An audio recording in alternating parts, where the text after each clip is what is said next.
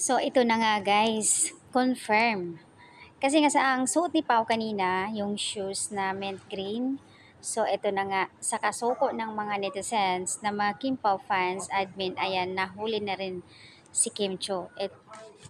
Ilan sa mga netizens ang hindi makapaniwala talaga dito sa Kim Pao. Grabe, yung habang waiting sa ganap ng Kim Pao dahil LDR ang kanilang ganap. So, ayan, nagsuko muna sila. At unti-unti na nga nakikita nila ang mga ebidensya. Ito, sakto at nagkataon lang naman na nagmo-move ng linlang. Di ba? Ito yung sinasabi na magkahiwalay man ang event, LDR, pero parang laging magkasama pa din sila. Nagpapakilig through their outfit, twinning is twinning talaga. Grabe, ang lakas talaga ng Kim Pao.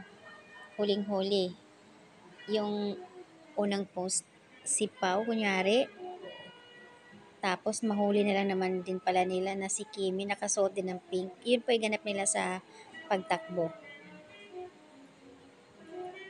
Booking na naman ang Kim Pao, ang galing magsuko ng mga netizen. Ito yung